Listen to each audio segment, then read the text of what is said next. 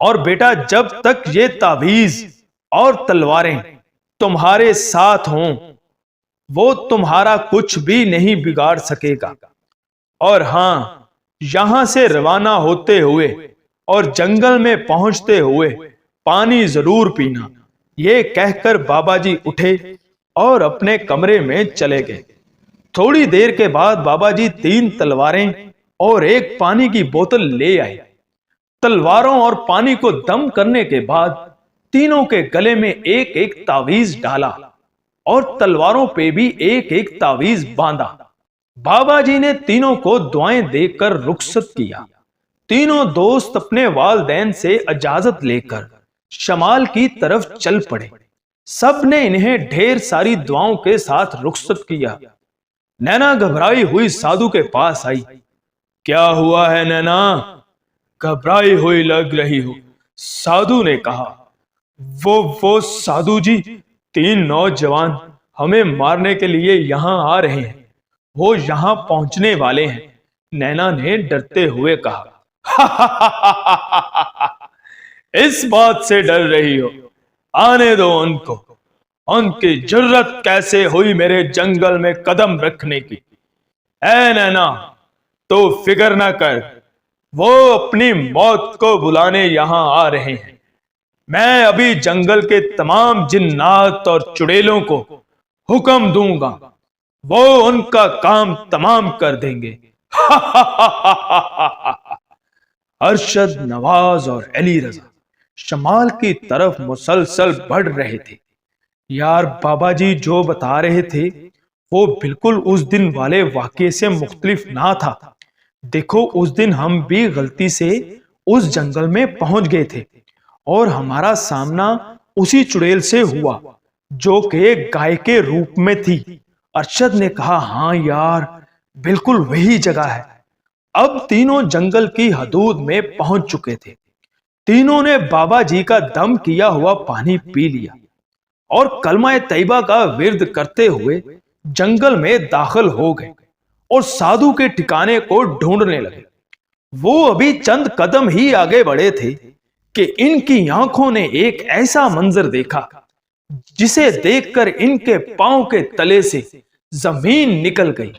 ان کے سامنے جنات کی فوج کھڑی تھی اور ان کے ماں باپ ان جنات کے قبضے میں تھے اور زور زور سے کہہ رہے تھے، بیٹا ہمیں بچاؤ، بیٹا ہمیں بچاؤ۔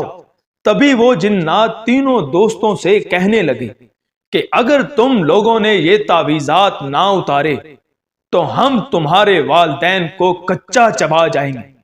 نواز، ارشد اور علی رضا یہ سب دیکھ کر بہت خوف زدہ ہو گئے۔ ابھی وہ اپنے گلوں میں سے تعویذ کو اتارنے ہی لگے تھے کہ ان کو بابا جی کی آواز سنی۔ بابا جی نے کہا، بیٹا تعویذ مت اتارنا، یہ سب نظر کا دھوکہ ہے، یہ صرف تم لوگوں کو ڈرا رہے ہیں تاکہ تم لوگ یہ تعویذ اتار دو، اور اگر تم لوگوں نے یہ تعویذ اتار دیا تو یہ جنات تم کو مارنے میں 1 منٹ بھی نہیں لگائیں گے۔ جب تک تم تینوں کے گلوں میں یہ تعویذ پہنے ہوئے ہیں یہ تم لوگوں کا کچھ نہیں بگاڑ سکتے۔ میرا بتایا ہوا ورد پڑھو اور ان پر تلوار کے ساتھ وار کرو۔ یہ سن کر تینوں رک گئے اور مل کر جنات پر حملہ کر دیا، اور دیکھتے ہی دیکھتے وہ سب راکھ کا ڈھیر بن گئے۔ پھر وہ آگے بڑھنے لگے۔ کچھ فاصلہ طے کرنے کے بعد نواز نے کہا، رک جاؤ، وہ سامنے دیکھو ایک غار نظر آ رہی ہے، مجھے لگتا ہے کہ سادھو اسی غار میں چھپا ہوگا، چلو چلتے ہیں۔ تو سب اس غار کی طرف چل پڑے۔ غار تک پہنچے تو ان کی آنکھیں کھلی کی کھلی رہ گئی۔ جو 15 لڑکیاں ان کے گاؤں سے غائب ہوئی تھیں ان کے سر دھڑ سے جدا بکھرے پڑے تھے۔ یہ سب دیکھ کر ان کو یقین ہو گیا کہ سادھو اسی غار میں ہے۔ وہ کلمہ طیبہ پڑھتے ہوئے غار میں داخل ہو گئے۔ ابھی وہ غار میں داخل ہی ہوئے تھے کہ سادھو کی بھیانک آواز ان کو سنائی دی۔ آ گئے تم لوگ، مجھے تم لوگوں کا ہی انتظار تھا. تم لوگوں نے یہاں آ کر اپنی موت کو آواز دی ہے. اب تمہارا یہاں سے بچ کر جانا ناممکن ہے. میں تم لوگوں کا وہ حال کروں گا کہ دوبارہ اس گاؤں میں سے کوئی بھی انسان میرے جنگل میں آنے کی کوشش نہیں کرے گا. نینا، ختم کر دو ان تینوں کو. جیسے ہی نینا ان کو مارنے کے لیے آگے بڑھی تو نواز نے چیتے جیسی رفتار میں آگے بڑھ کر ایک ہی وار سے اس کا سر تن سے جدا کر دیا اور وہ جل کر راکھ بن گئی. سادھو یہ سب دیکھ کر گھبرا گیا اور زور زور سے کہنے لگا، تم لوگ میرے صدیوں پرانے سپنے کو پورا ہونے سے نہیں روک سکتے.